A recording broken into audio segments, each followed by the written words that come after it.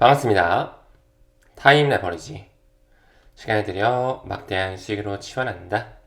주말 잘 보내셨나요? 네, 또 새로운 한 주가 밝았습니다. 이번 주도 힘차게 한번 시작해 봐야 되겠죠? 조심 낮으면서 좋은 영상으로 함께 성장할 수 있도록 해보겠습니다. 주말을 잘 보내기에는 가격적인 부분이 참 아쉬웠었죠. 여기까지 떨어져도 되나? 요 정도까지 떨어질 줄 몰랐는데 돈이 없어서 더 이상 못 사서 아쉽다. 아마 이렇게들 많이 생각하셨을 것 같은데 롱숏 청산 히트맨만 보더라도 역시나 주말 동안에 롱 물량이 많이 털렸다. 그만큼 하방 압력이 좀 작용했다라고 볼 수가 있겠죠. 아마 영상을 보시는 시청자층이 많이 좀 줄어들었지 않았을까라는 생각도 듭니다. 사실 아무리 호재가 많이 터져도 가격이 받쳐주지 않는다면 소매 투자자, 개인 투자자 입장에서는 버티기가 어려운 게 사실입니다. 그만큼 본인이 투자한 코인에 대해서 확신과 내공이 없다면 사실상 돈 벌기는 어려운 시장이 이 암호화폐 시장이라는 것 다시 한번 좀 강조드리고 싶네요. 그럼에도 불구하고 온체인 지표를 봤을 때 분석에 따르면 고래들, 기관들, 대형 기관들은 여전히 매집 중에 있습니다. 나오는 것처럼 현재 개인 투자자의 매수 심리가 가장 비관적인 수준으로 내려갔죠. 정말 투자하기 싫고 이게 맞는 건가 싶고 지금도 마이너스 30%, 50%, 70%인데 더 떨어지는 거 아니야? 라고 하는 그런 공포가 뒤덮일 수 있는 시장이죠. 과거에도 이렇게 개인 투자자의 매도세가 강화됐을 때 세력들, 기관들, 고래들은 저점 매수를 통해서 포지션을 확대해 왔고요. 그 이후에 반등 구간이 나왔었다. 이번에도 유사한 패턴이 반복될 가능성 저는 농후하다라고 생각하고 있고요. 비트코인뿐만이 아니죠. 이번 주말간, 최근 사흘간 샤프링크 게이밍 잘 알고 계시죠? 컨센시스를 이끌고 있는 조셉 루빈이 자문위원회에 합류되어 있는데요. 4일간 1651만 달러 정도의 이더리움을 추가적으로 매수했네요. 이 갤럭시 디지털을 통해서 그들끼리 돈 넣고 돈 먹기를 하고 있다. 약 6,700여 개의 이더리움을 많은 개인들이 던지는 물량 싹 다 받아먹었다라고 볼 수가 있겠죠. 이 샤프링크 게이밍의 뒷배를 봤을 때 가장 큰 대주주로서 약 500만 주 정도 가지고 있는데요. 제인 스트리트 캐피탈이 약 8.05%의 대주주로 합류되어 있거든요. 이 제인 스트리트 캐피탈 아마 처음 들어보시는 분들도 많이 계실 것 같은데 미국에 기반을 둔 자기자본 거래 회사이자 우리가 주목해야 되는 것 뱅가드와 블랙록의 시장 조성자 역할, 유동성 공급자 역할, 즉 전통금융 쪽의 마켓메이커 세력이라는 걸 잘 알아주셔야 됩니다. 최근에 언급드렸던 트럼프 미디어 테크놀로지 기억하시죠? 트럼프 주니어뿐만 아니라 여기도 제인 스트릿이 약 6%의 비중을 차지했었고 그 뒤에 뱅가드, 블랙록, 뱅가드 사실상 이 제인 스트릿 역시 뱅가드와 블랙록 ETF 펀드의 시장 핵심 유동성 공급자 역할이었다라는 거 이 샤프링크 게이밍 뒷배 잘 아시겠죠? 지금 그들이 뒤에서는 비트코인, 이더리움, XRP를 필두로 한 글로벌 메이저 암호화폐들 싹 다 쓸어 담고 있습니다. 많은 개인 투자자분들이 비관론을 가지면서 남 탓을 하고 욕을 하고 떠나가시겠지만 이럴 때일수록 더 머리는 차갑게 냉정하게 본인의 투자 꾸준하게 이어가시는 걸 권장드리고 싶습니다. 포기하시면 거기까지가 끝이겠죠. 하지만 본인이 처한 상황에 대해서 객관적으로 바라보고 내가 지금 부족하게 알고 있는 게 무엇일까? 왜 내 멘탈이 흔들리는 것일까에 대해서 되돌아보면서 그것을 극복하기 위해 노력한 자만이 큰 수익을 거두실 수 있을 거라 생각을 합니다. 아마 제 의견에 동감하시는 스마트머니 투자자와 유사한 구독자 선생님들이 있으신가 하면 얘는 맨날 똑같은 소리 한다. 오른다 해놓고선 내가 지금 마이너스 손절권에 있다라고 해서 부정적인 마음으로 방송을 듣고 계신 분도 계실 것 같은데요. 투자의 선택은 여러분들의 몫입니다. 수익을 내는 것 또한 여러분들의 몫이기 때문에 냉정하게 잘 판단하셔서 투자 이어가시길 바랄게요. 그리고 타임 레버리지 채널과 우리 사관학교 에이플 회원님들 진정한 공부를 통해 멘탈이 끄떡 없다라고 하신다면 잘 나아가고 계십니다. 원래 비관론을 이겨내야지만 큰 수익으로 다가오는 법. 과거 XRP 동전 가격 할 때 얼마나 많은 악플과 얼마나 많은 비관론, 그 쓰레기 코인을 뭐하러 투자하냐, 이런 식의 비관론을 많이 겪어왔었죠. 조금만 더 버티시게 된다면 여러분들께서 투자에 대한 진리를 다시 한번 깨달으는 순간 올 거라고 생각합니다. 다음 기사 넘어가 볼까요? 리플 XRP가 10달러에 도달했을 때 10달러는 일단 좀 제쳐두고요. 크리스 라슨 홀딩스, 리플의 회장이죠. 그리고 리플의 에스크로의 가치는 얼마만큼 올라갈까요? 이런 물음표를 던지는 기사가 나오고 있습니다. 일단 에스크로 물량부터 좀 생각해 볼까요? 지금 현재 리플사 2017년 말부터 에스크로 물량을 발행해 왔죠. 약 362억 개 정도가 남았네요. 꾸준히 그들이 기관에게 판매 또는 대여를 하고 사업을 영위하는 부분에 활용을 하면서 에스크로 물량에 대한 포션이 감소되어 왔다라는 거. 이 XRP 레저의 공식 홈페이지만 들어가 보더라도 2017년 말부터 리플사의 총 공급량, XRP의 총 공급량 55%, 550억 개라고 볼 수가 있겠죠?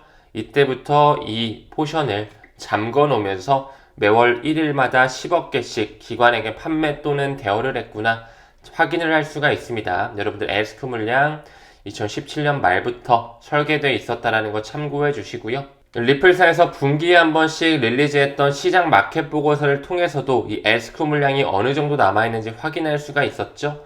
이 3월 31일 기준으로 약 371억 개고 XRP 스캔을 미뤄 보았을 때 조금 더 줄었습니다. 한 1억 개 정도 더 줄었죠. 362억 개 정도 남아 있구나. XRP가 10달러에 가게 되면 이 가치가 엄청 커지겠다.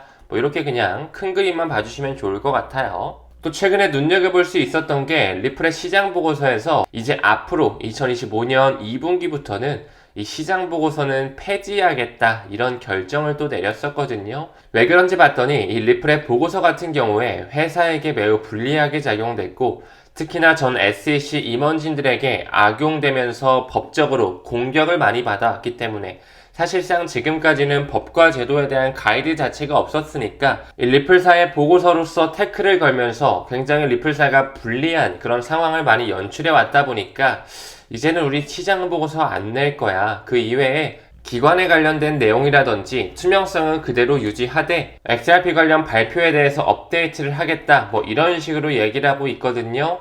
사실 우리 개인 투자자 입장에서는 이게 분기에 한 번씩 이렇게 좀 투명하게 나오다 보니까 XRP에 대한 활동량이나 기관의 채택을 한눈에 볼 수 있었던 자료였는데 조금은 아쉬웠던 것 같아요. 그래서 5월 초에 이런 기사도 나왔죠. 리플사가 2025년 2분기 이후에는 시장 보고서를 종료하겠다. 명분 자체는 매우 불리하게 작용됐기 때문에 이제는 어떤 리플의 공식 인사이트, 공식 홈페이지를 통해서만 말을 하겠다.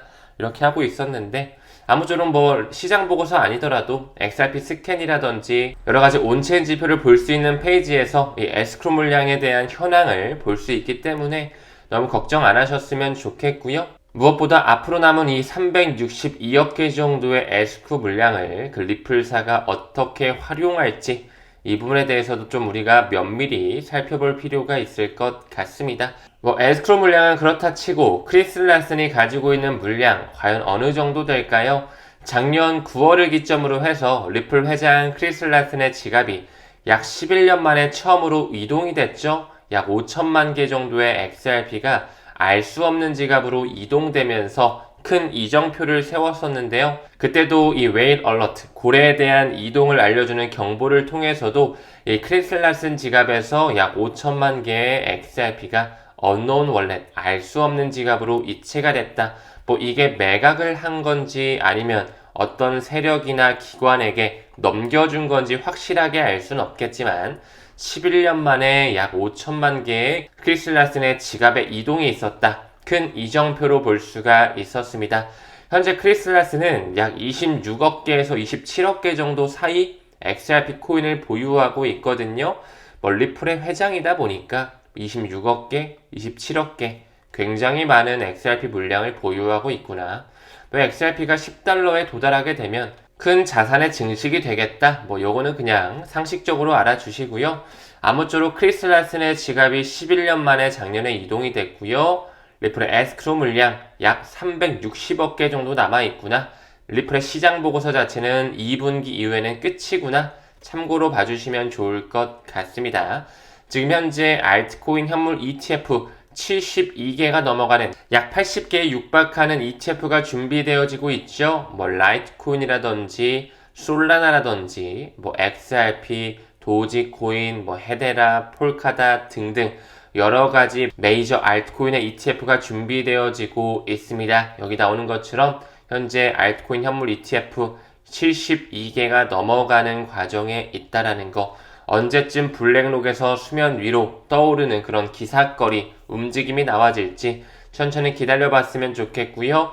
무엇보다도 우리가 집중적으로 투자하고 있는 XRP에 대한 현물 ETF 올해 안에 승인될 가능성, 폴리마켓 기준으로도 90%가 넘는 확률을 보여주고 있습니다. 올해 하반기에는 블랙록이 신청을 하고 SEC에서 완전히 승인하는 그런 움직임이 나올 수가 있겠죠.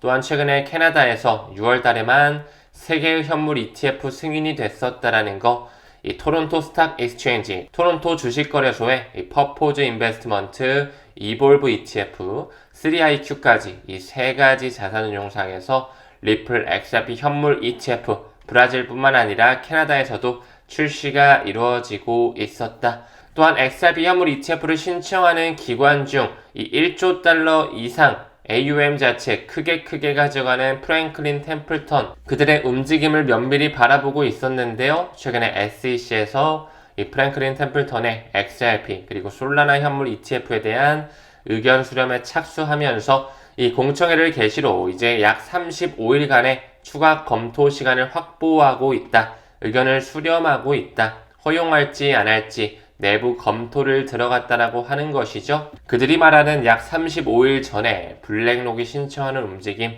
좀 나와줄 필요가 있지 않을까, 이런 생각도 드는 것 같습니다. 아직도 리플과 SEC의 소송 완전히 끝나지 않은 지연이 되는 시기가 연출되고 있는데요.